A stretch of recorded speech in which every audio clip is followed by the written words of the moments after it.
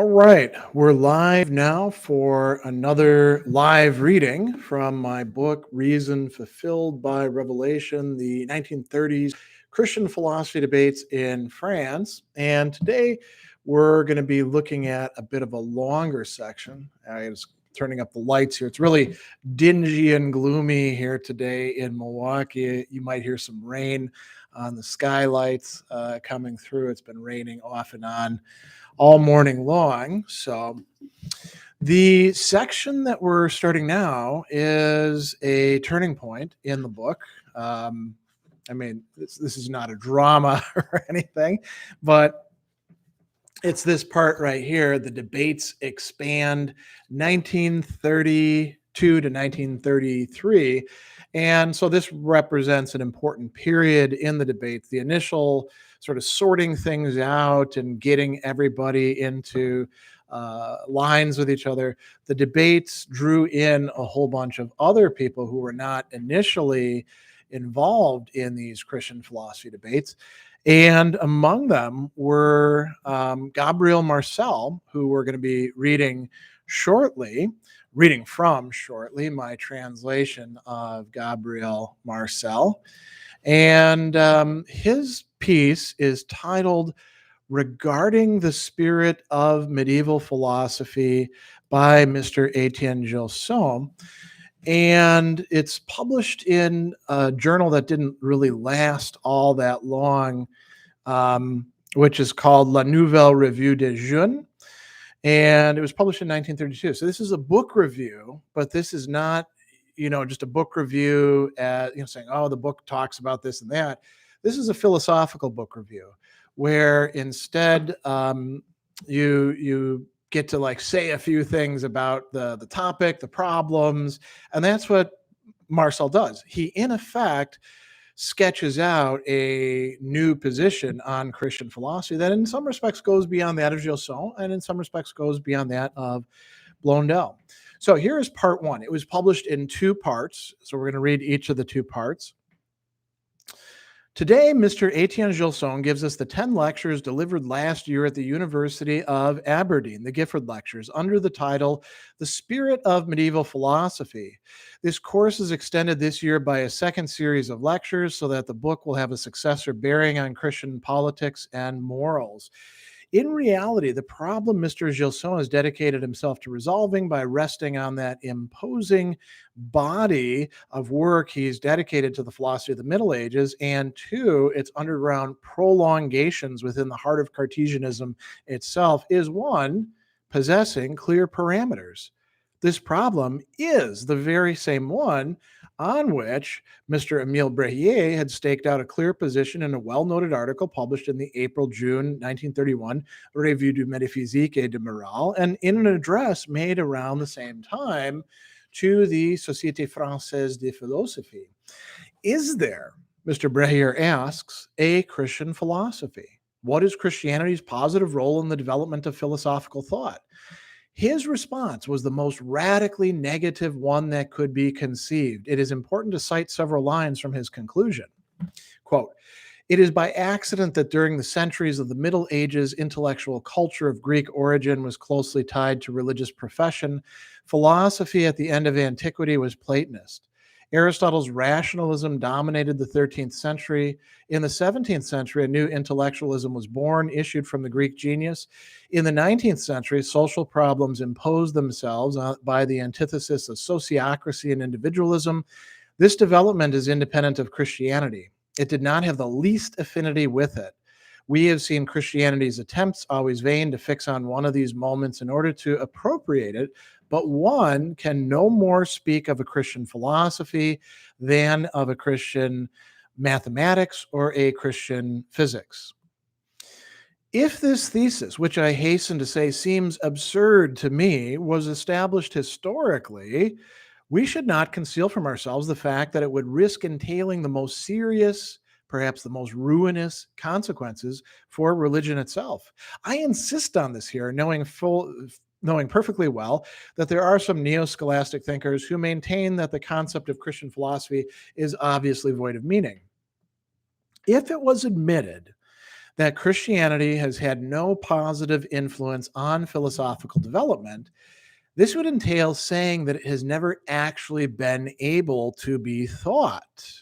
For there is no thought worthy of that name that does not contribute to transforming all the other thoughts. It is not a matter here of poured concrete cells or sealed compartments. To say that Christianity has never been thought is to let it be understood that it is not thinkable, that for human reason, taking this word in as wide as signification, Christianity constitutes a sort of perfectly opaque foreign body. We would thus be given to believe that Christian faith in revealed data, cannot in any manner organize itself together with the totality of human experience, insofar as human experience itself elaborates and elucidates itself. From there, it takes only one step to consider Christian faith to be an anomaly, something simply vestigial. At least, let us not mean to say that Christianity has confined itself to presenting, under a metaphorical or symbolic form, an ensemble of moral or even metaphysical truths that human thought would have been perfectly able to grasp by its own means. Then it is the very originality of the Christian revelation that is contested. We are, I would say, in the presence of a dilemma. Either, uh, if there is no Christian philosophy, we must resolve to admit either that the content of revelation is unable to be assimilated by the mind, or that it is deprived of all authenticity. It is nothing but a fallacious travesty of certain purely rational evidence. Aside from these, the only recourse would be to claim that Christianity is not a doctrine at all, but a life attitude. There is little need to underscore how ruinous and how radically contrary to the essential principles of Catholicism a position like this is. For my part, I think then, perhaps more than Mr. Gilson himself, this problem assumes a vital importance for Christianity, and it would be madness to want to elude it under the pretext that history is the domain of hypotheses, and that there, where serious interests are in play, it is preferable not to engage ourselves in adventures. For this quest, Mr. Gilson is an incomparable guide. He is, at the same time, a historian of the first rank and an authentic Christian. And I think that these two qualities are equally required here. Contrary to a prejudice that ought to be pulled out by the roots, it is infinitely dubious that in an order of questions of this sort, the, quote, scientific character could be rigorously isolated from what I will dare to call its personal context without any damage to the research itself. Any specialist whatsoever with as many university diplomas and certificates as you like is not to the same degree, is not in every consciousness susceptible of apprehending a certain kind of truths that toto kailo descend pure and simple uncovering of a date, of a location, the simple determination of an objective connection. The separation Mr. Brehier crudely imposes on St. Augustine's works between his philosophy, that of Plato and Plotinus, and his Christian faith, simply gives one the meaning that this historian, whose knowledge and probity nobody contests, is entirely incapable of penetrating into a doctrine where precisely the elements his analysis dissociates are intimately grounded. Mr. Gilson, who in contrast communicates with Augustinianism from the inside, has exerted the most noteworthy efforts to show how in the works of the great doctors, and perhaps above all in St. Thomas's works, notions borrowed from Greek philosophy were affected by a radically new index that deeply modifies their nature. By merely going on to inventories, by placing isolated terms in conflict rather than ideas, one cannot hope to reach this living truth that and perhaps before everything else, is the only important one for philosophy. In the spirit of medieval philosophy, one finds that sort of sympathy that includes neither fervor nor respect, and that already gave so much value to the Christian philosophy of St. Augustine. An attitude that, in my view, is rigorously required in matters of this type or order, but that I fear Mr. Brehier would judge incompatible with the demands or the privileges of a strictly objective method, as if in similar matters the very meaning of the word objectivity did not demand to be deepened and relentlessly renewed. Here, I I clearly cannot summarize this magisterial book, whose expression is the most remarkable density. I would only like to shed light on several points that seem to me particularly important. Before researching how a St. Augustine, a St. Bonaventure, a St. Thomas have innovated on specifically philosophical terrain in relation to the thinkers of antiquity, Mr. Gilson will ask, quote, the first philosophers to turn Christian, what they gained as philosophers in so doing. Insofar as philosophers, if Mr. Brehier were right, this question would not have any meaning at all, and consequently would admit of no solution. But here we have extraordinarily precise and positive witnesses, in particular that of St. Justin, whose dialogue with Trypho is of the first order of importance. In this dialogue, St. Justin actually recounts how an old man encountered by chance revealed to him the existence and writings of the prophets. He explained that, quote, they did not use demonstration in their treatises, seeing that they were witnesses to the truth above all demonstration and worthy of belief. And St. Justin declares, quote, whilst revolving his words in my mind, I found this philosophy alone to be safe and profitable. Thus and for this reason, I am a philosopher. Hutos kai dia tauta philosophos ego. This phrase suffices to do justice to the arbitrary distinction introduced by Mr. Brehier. As Mr. Gilson says, a man seeks the truth by the unaided effort of reason and is disappointed. It is offered him by faith and he accepts, and having accepted, he finds that it satisfies his reason. It seems to me one might make it even more precise. The contribution here is a certain datum, a revealed datum whose signification, whose value is absolutely transcendent to any experience susceptible of being constituted on purely human bases. There is the paradox, the scandal, if you like. I would be disposed, for my part, to think that there is Christian philosophy only where this paradox, this scandal is not only admitted or even accepted, but embraced with a passionate and unrestricted gratitude.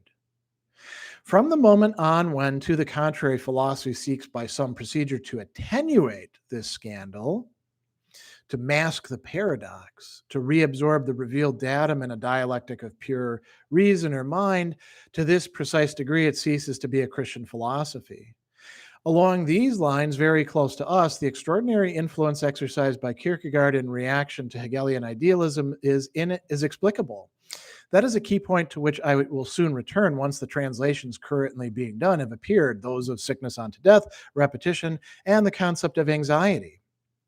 If I had to address a criticism to Mr. Gilson, it would be perhaps that of not placing this paradox at the heart of the definition he gives to Christian philosophy. Here is his definition. Quote, I call Christian every philosophy which, although keeping the two orders distinct, nevertheless considers the Christian revelation as an indispensable auxiliary to reason. I cannot help myself from finding this word auxiliary insufficient. A Christian philosophy seems to me to be defined by the fact that it finds its ontological gripping point in a unique fact, by which I mean one without any analog, and that is the incarnation. Perhaps it would not be abusive to claim that the essence of such a philosophy is a meditation on that datum's implications and consequences of every order, not only unpredictable, but contrary to reason's superficial demands from the very start, wrongly posing themselves as inviolable. But the essential function of metaphysical reflection will consist in critiquing those demands in the name of higher demands, and consequently in the name of a superior reason that faith in the incarnation puts precisely in the condition of becoming fully conscious of itself. It would be quite wrong, however, to too strictly localize Christian philosophy's specific contribution. The central light residing in the incarnation radiates in reality through all the regions of metaphysics, and these are precisely the multiple or even indefinite radiations that Mr. Gilson has stirred to recognize in the course of his researches. Along these lines, he will show us more emphatically how the notion of being itself in the works of the doctors of the church which profoundly differentiates itself from that which was already in Aristotle's works. This point is just as essential to establish as the one, for example, it is widely enough granted that St. Thomas has purely and simply reappropriated the Aristotelian ontology for his own.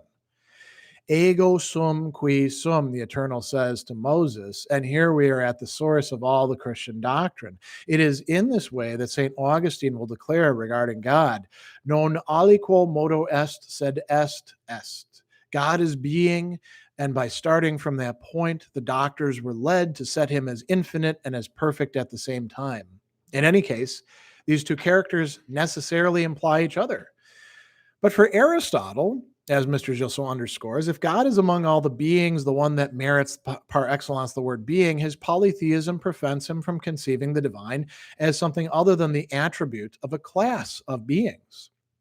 The first unmoved mover, the most divine being, the being that is most being, remains one of several beings insofar as beings. Perhaps I would not be so categorical as Mr. Gilson. No one rises, he says, to the Christian conception of being who sets up statues to Zeus and Demeter. It is, in reality, very difficult to know at what point Aristotle's polytheism was a belief that is something other than a habitus of social man.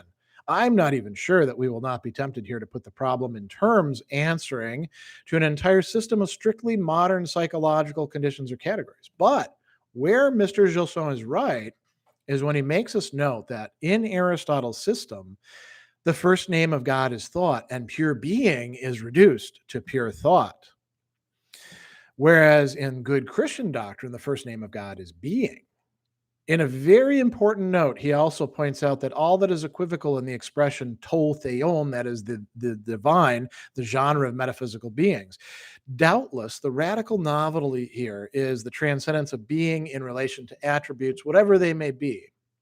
Am I then deceiving myself by noting that this transcendence in relation to attributes is already the divine freedom, is already the person?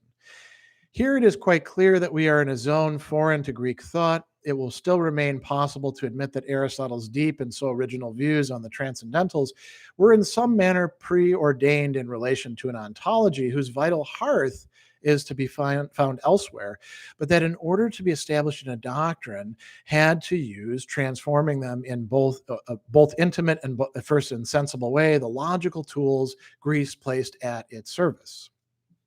I don't know if Mr. Gilson would go so far as I in this direction, but I would be born far enough to admit that the notion of Christian philosophy is susceptible of taking on a meaning only for a consciousness, if not Christian, at least impregnated by Christianity, by that very fact, but capable of apprehending the development of doctrines following perspectives not absolutely coinciding with those of the historian pure and simple. Perhaps this development itself, for one who truly arrives at grasping it in its deepest interior, participates in the characters specific to the highest religious life. Perhaps the interlocking chain of a St. Augustine's, a St. Thomas's, a St. Bonaventure's highest speculations reconnects to some degree with that sacred history of which we have lost almost even the notion in these times of excessive and brutal secularization. By this detour, we would come back to a sort of providentialism, which we must, however, keep ourselves from allowing to flow into too massive and too simplistic formulas, and of which the Hegelian conception, that is dialectical, of the history of philosophy would appear both as a fallacious enough transposition and as an approximation, an instructive one, nevertheless. The philosophical problem that the very existence of a history of philosophy raises is one that in our days its specialists seem the most incapable of laying out or even suspecting. Nevertheless, whatever system one may adopt, it remains an absolutely fundamental problem, and one that for a Christian takes the sharpest value, the most tragic signification, an eluctable problem that our other Catholic philosophers are kept considering face on and with a relentless gaze.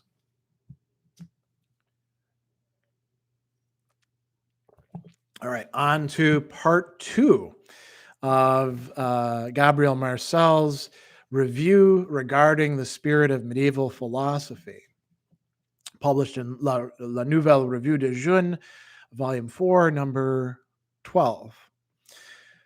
The second series of Gifford lectures Mr. Gilson has delivered on the spirit of medieval philosophy has just appeared. It presents an interest at least equal to the first. Furthermore, it provides a very precise response that, as far as I'm concerned, seems also a perfectly satisfactory response to the problem Mr. Brehier initially raised as to the existence of an authentic Christian philosophy. Here, I will discuss only the last lecture bearing on the Middle Ages and philosophy, because within the limits of a short article such as this, there can be no question of entering into the detail of the marvelously clear, at least in general, expositions Mr. Gilson is devoted to self-knowledge, to knowledge of things, to the intellect and its object, to the free will, and to Christian freedom, to law and to Christian morality, and finally to intention, to conscience, and to obligation. I would like to confine myself here to specifying the general solution the author contributes to a problem that exhibits a major importance for us and for today's philosophy. Mr. Gilson notes that medieval philosophy has given rise to two types of basic objections, surprising to see often presented concurrently, since it is clear they mutually exclude each other. Sometimes one will accuse St. Augustine or St. Thomas of having confined himself to reproducing theses borrowed from the philosophy of antiquity, though not without having weighed them down with mistakes that deeply alter them. Other times, they will be criticized because the essence of philosophy was dissolved and allowed to be lost in religion.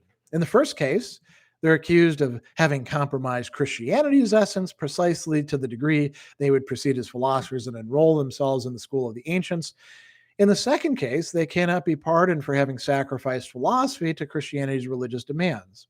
I will observe as well that when Mr. Brehier writes that one can no more speak of a Christian philosophy than of a Christian mathematics or a Christian physics, it is clear he does not set out this impossibility in history's name, properly speaking, but rather in the name of the notions themselves. For him, history contributes only a completely negative confirmation, one with which this judgment could in the end dispense. Mr. Gilson has engaged in efforts to establish, grounding himself on the facts, that is, on the reality of what was actually thought by philosophers of the Middle Ages, that historical truth passes precisely between these obvious contradictories.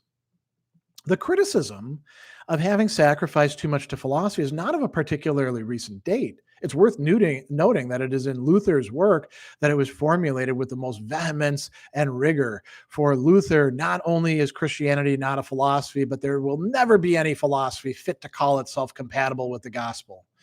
But this accusation clearly cannot be brought except from an extra and even anti-philosophical point of view.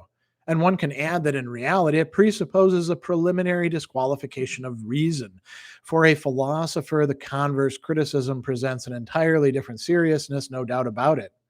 At its base, Mr. Gilson's position consists in admitting, on the one hand, that the existence of a Christian philosophy was inevitable, at least in fact, because Christianity, after all, comes to fill a nature, and that nature is the proper object of philosophy. But on the other hand, it did not have to modify philosophy by adding a new system to other pre-existing systems, but rather by transcending all of them. Quote, after, as before the coming of Christ, philosophers had no other technical data at their disposal than the patiently accumulated results of the labor of the Greeks.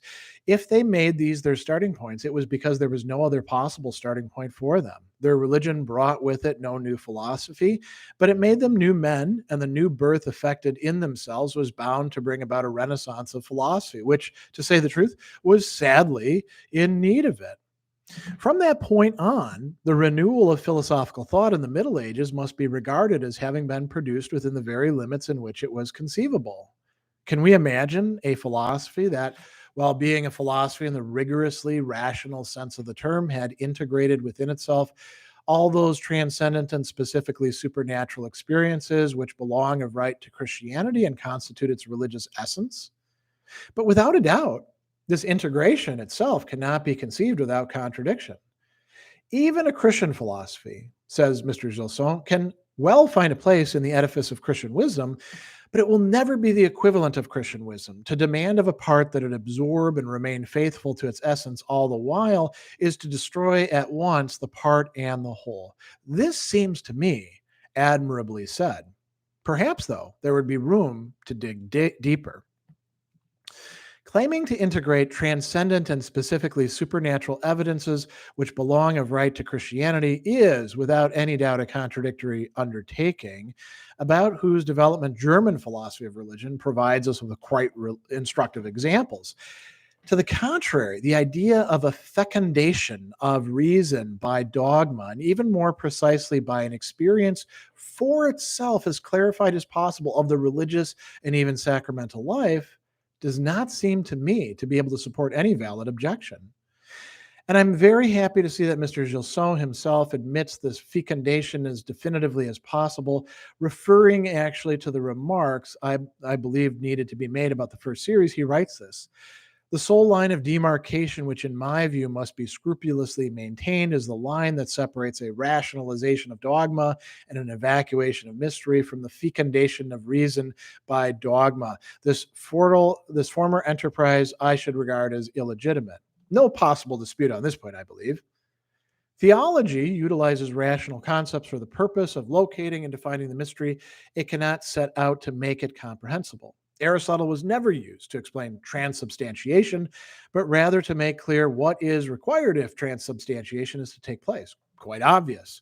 To explain transubstantiation is to claim in some way to reproduce it, ideally, and thus to deny it while believing to uphold it, and to render oneself culpable at the same time of an absurdity and a sacrilege. Quote, on the contrary, when dogma comes to the aid of reason, it loses nothing of its transcendence, no more than grace does when it comes to the aid of man. But, Mr. Gilson adds, in the very heart of the contribution furnished by revelation, we must distinguish between truths entirely rationalizable on the one hand and mysterious facts in themselves on the other hand, in which reason discovers the authentic solution, the only possible solution of its problems, for example, creation, and finally such dogmas whose essence man cannot understand, nor even show they would be rationally demandable insofar as facts, for example, the incarnation. Quote, we need not suppose that philosophy has nothing to gain by meditating on such things. Perhaps precisely by doing so, it will attain to a greater comprehension of its own deepest truths. But the fact that they open up transcendent perspectives, which may go to complete philosophy, will never in the least diminish the mysterious character of these revealed truths. Here again, I am in agreement with Mr. Gilson. It cannot be a question in any way of diminishing, in any way reducing this character, but the contrary, to the contrary of setting it in full light. I think of the somewhat usurped title of Barres's last book. Only, despite all this, it seems to me difficult not to go further, and here I do not know if the author of The Spirit of Medieval Philosophy shares my view. Despite everything else, the most important problem put to philosophy is that of researching how this fecundation of reason by dogma is possible. It does not seem to me that philosophy can or should be confined to noting it as a simple fact or a datum of experience.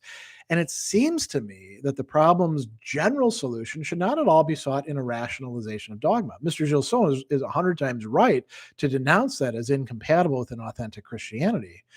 But matters are entirely different with a metaphysical elucidation of reason itself or of the rational content that causes its radically mysterious character to emerge.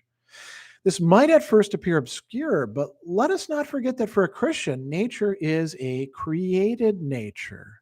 It cannot be a question of attributing to it that sort of implicit and otherwise unintelligible ipseity that naturalism, generally incapable of defining itself, invests itself with.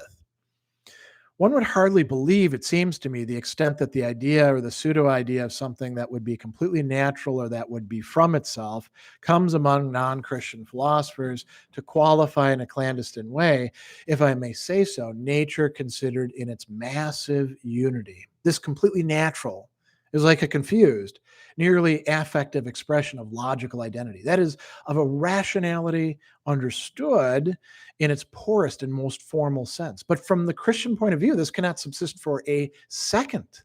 To suppose even, and this is what seems to me more than dubious, that one could attribute some sort of ipseity to nature, it is then a derivative ipseity, in reality fallacious at every point, completely irreducible to the profane pseudo notion of completely natural. But our reason, a created reason, ordered to the intelligence of created nature, must, by deepening itself, recognize what in it exceeds the domain of adequacy to itself. It cannot grasp itself, it seems to me, except as radically unequal to itself, quite far from being able to rest, as certain of Descartes' continuers, if not Descartes himself, have believed, in an intellectual intuition where it would be not only commensurable, but entirely transparent to itself. If from all the varied analyses I've put before you, Mr. Gilson writes, I may venture to extract a conclusion from their respective conclusions, I should say that the essential result of a Christian philosophy is a deeply considered affirmation of a reality and goodness intrinsic to nature, such as the Greeks, lacking knowledge of its source and end, only dimly foreshadowed. This declaration seems to me essential. In the first place, because it puts to an end the absurd legends accredited for so long by Michelet and his disciples, and in a general way by those who, without suspect it, confuse Catholicism and Jansenism. In the second place, because it places the accent precisely and in an at least indirect manner on the mystery hidden in things and in reason itself, the mystery that seems to me to be the secret treasury of all Christian philosophy. We can hardly exaggerate the damaging consequences of confusing Catholicism and Jansenism. Granted, the Reformation had already contributed to aggravating or obscuring the situation even more. With it, for the first time, appeared this conception of a grace that saves a man without changing him, of a justice that redeems corrupted nature without restoring it, of a Christ who pardons the sinner for self-inflicted wounds but does not heal them. Instead, in the first centuries of the church, to be a Christian was essentially to maintain the right distance from Mani, who denied nature's radical goodness, and Pelagius, who denied, along with the wounds it had received, the necessity of a grace to heal them. Later, a St. Bonaventure and a St. Thomas, ardent defenders as they were of grace, will be no less defenders of, quote, the nature that God made doubly precious, since God himself died to save it. It is not they who will let us forget, along with his misery, the greatness of man. The more he is aware of its dignity, the higher feeling he will have for its glory. And indeed, if he is to be able to refer it to God at all, he must perforce know something about it. To possess what one knows nothing at all, what glory can there be in that? It is St. Bernard who asks that. Here we are, in my view, at the very heart of the problem of Christian philosophy. Mr. Gilson perfectly indicates the intrinsic coherence, the legitimacy of the great undertaking of the thinkers of the Middle Ages. How could they have thought that the science of grace could obstruct that of nature, when grace was there only to perfect nature, having first restored it? But conversely, since nature is there, but as the subject and the point of application of grace, how could the science of one, if properly conducted, conflict with the science of the other? The only thing to do was to attempt the work. To attempt it, it was at once indispensable to start from the only known philosophy, that is to say, Greek philosophy, and impossible to rest content with it. From this point of view, Mr. Brehier's thesis seems decidedly untenable. It seems that medieval philosophy had shown at the same time a degree of solidarity and an independence in relation to ancient thought, without which it would have failed at the mission it had assigned itself. Perhaps one will counter, that is not where the question lies. Nobody accuses St. Thomas or St. Bonaventure of having poorly realized his intention. Everything rests on knowing whether this intention, in what is its specific end in it, is not foreign, and even in a certain sense contradictory to this preoccupation with pure truth, with pure rational elucidation that alone must dominate the mind of a philosopher worthy of that name. In reality, we rediscover here the threatening formula cited earlier. One can no more speak of a Christian philosophy than a Christian mathematics or a Christian physics. But as soon as we seek to tightly grasp the meaning of this formula seductive at first by its apparent rigor, it seems to me that this meaning vanishes. Does he mean to say that philosophy bears on essences and on intelligible concatenations, whereas Christianity is a life? I grant this. But this life itself appears to hang on certain affirmations about the metaphysical reality of the world and that which exceeds it. Precisely, he will say, I imagine. Those are the affirmations that of a creator God, a God accessible to love and to pity for his creatures. Finally, and above all, of a God who makes himself man in order to save men. Those are the very affirmations that reveal themselves incompatible with the demands of an authentically philosophical thought. But on this plane, I repeat, we ought not to appeal to history saying that a Christian philosophy or a philosophy with Christian pretensions existed, more strictly speaking, was believed to exist or not. It has only been a false semblance. It is as not having been.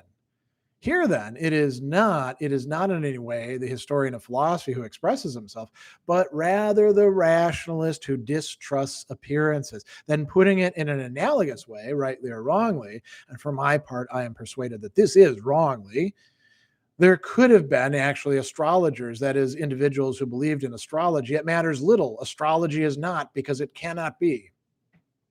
But by pronouncing oneself in this way, a priori on what is possible or not, legitimate or not in philosophy, one sets oneself precisely outside the very conditions of a philosophical activity, as real as it may be. What is specific to philosophy, in opposition to any other specialized sphere of knowledge, is that it does not derive itself from any other jurisdiction superior to itself. Understood, I mean, on the natural plane, that would assign it such and such limits, such and such a limited sphere of application. It is certainly not necessary to remind Mr. Brehier the role that the idea of the mind's infinite freedom has played in the works of the post-Kantians, but I cannot keep myself from asking whether he has sufficiently discerned what I will call this idea's perforating power in relation to any intelligible cosmos conceived, directly or not, on the model of the philosophers of antiquity. We must go even further in this idea, about which we would have to carry out much work to establish that it is not at its basis of Christian origin, resides what is needed to break with even the pretensions of a pan-logicist reason, even a Hegelian reason, what is needed to reestablish on the ruins of any system centered on absolute knowledge, the fundamental data for the spiritually disinherited use. Data that would be claimed to have been repressed and relegated into who knows what being, who knows what junk drawer, what dustbin. And here I would cite a passage from Mr. Blondel's Le Problème de la Philosophie Catholique that seems to me to do justice once and for all to so much partisanship and obstinacy. Mr. Blondel rightly denounces what is artificial and false and opposing to each other two caricatures, each as irrational as the other, the Hellenic cosmos conceived as the place of all harmony and all intelligibility, and the Christian universe conceived as a scandal, as a permanent challenge to thought. Quote, let us consider then the animating idea of Christian thought, not desiccated to the point of death in hardened tissues, but moving in its real and malleable continuity. Under this unifying and concrete aspect, what have we by progressive chastenings set under the idea and sometimes under the name of Catholic philosophy? Is it a system of concepts, an ideology, a palace of abstractions? No, it is a life, and a life agreeing in concreto with the most sublime history, with a dogma that can be called dramatic. In God, in the universe, in humanity, down to each consciousness, in order to render everything intelligible, justifiable, good, from the origins to the eternal consummation of the work of power and of charity. Is this, therefore, what is less rational, less intelligible, less beautiful, less good, less perfect than the changing, immutable, than eternal time, than the periodic returns of the great year, than the fixity of essences and the milieu of the universal becoming of things? So that's Gabriel Marcel's two-part review of Etienne Gilson's book, the Gifford Lectures, The Spirit of Medieval Philosophy. The reason why he talks about it as two is because it was originally released in 2 volumes. You can get it in translation in English in a single volume. And the Gifford Lectures are, of course, these very important lectures that are given yearly. Many philosophers have given them, including Gabriel Marcel later, right? And Gilson chose to use his as the Spirit of Medieval Philosophy and continued the discussions about the Christian philosophy debate. So That's the little selection from Reason Fulfilled by Revelation that we're looking at today. I'll stick around for a bit of Q&A. Mark says going to have to pick up this book. Yeah, I mean it's a good book to get. It's a little, unfortunately, Catholic University of America Press did almost nothing to promote it and priced it a little bit out of a lot of people's reach. I was hoping that it would become a research tool for scholars who wanted to go beyond just, Gilson's Spirit of Medieval Philosophy. And Mariten's also translated The Problem of Christian Philosophy and a few articles that have been translated here and there, and provide, a much more representative cross section of these debates.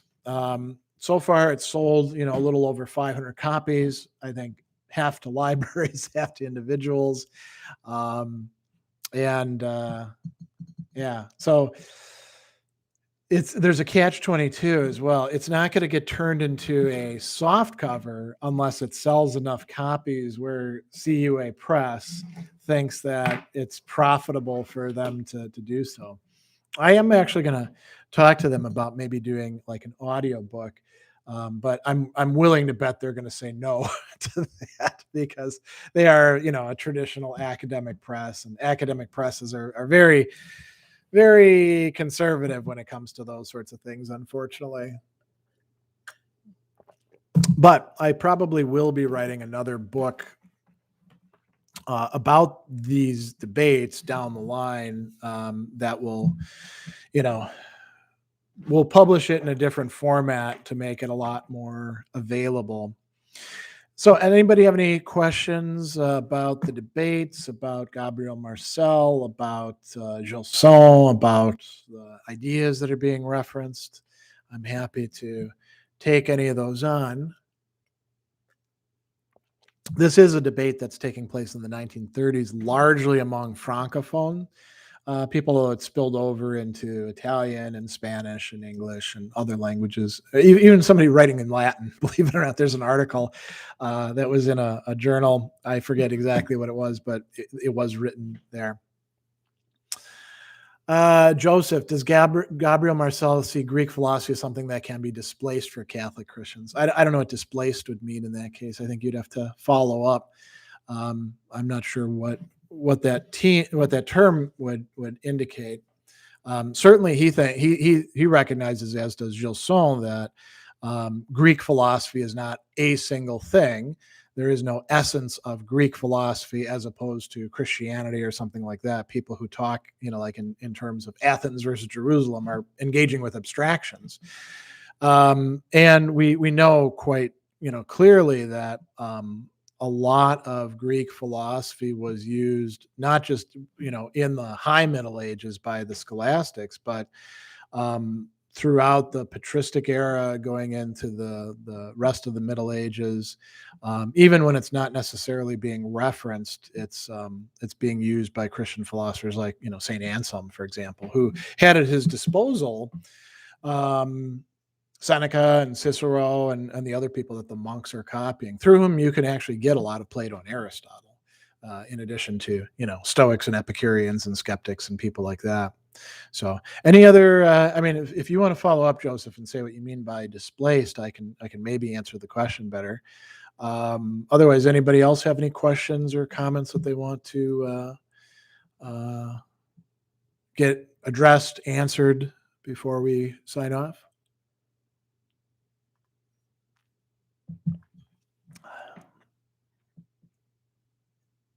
I'll say this while people are thinking about if they want to write anything. I'm actually enjoying quite a bit rereading this stuff, because most of these people, especially Gabriel Marcel, were quite good and thoughtful writers, and it was quite a challenge to put their French stuff into English, but it was also something that I took a lot of joy in while I was doing so many years back. I mean, it's 10 years since this book came out. The process of translation work was done, I would say, around 2008, 2009, and then it was a matter of doing all the things that you have to do with academic writing, the proofreading and jumping through hoops and stuff like that, making a index. Yeah, Dan says CUA should publish a Kindle version. They should, but they're dumb not to do it. But that's CUA. Traditional academic publishers are, they're very stuck in an old model of doing things. And it's interesting because CUA recently, there was somebody there who was like, we're going to do things differently. We're going to like start using social media. And I follow them in social media, and their social media is crap, as is the case for so many places. And I was like, hey, I would be happy to like write a blog post about my book or do something like that. And somebody was like, yeah, that sounds cool.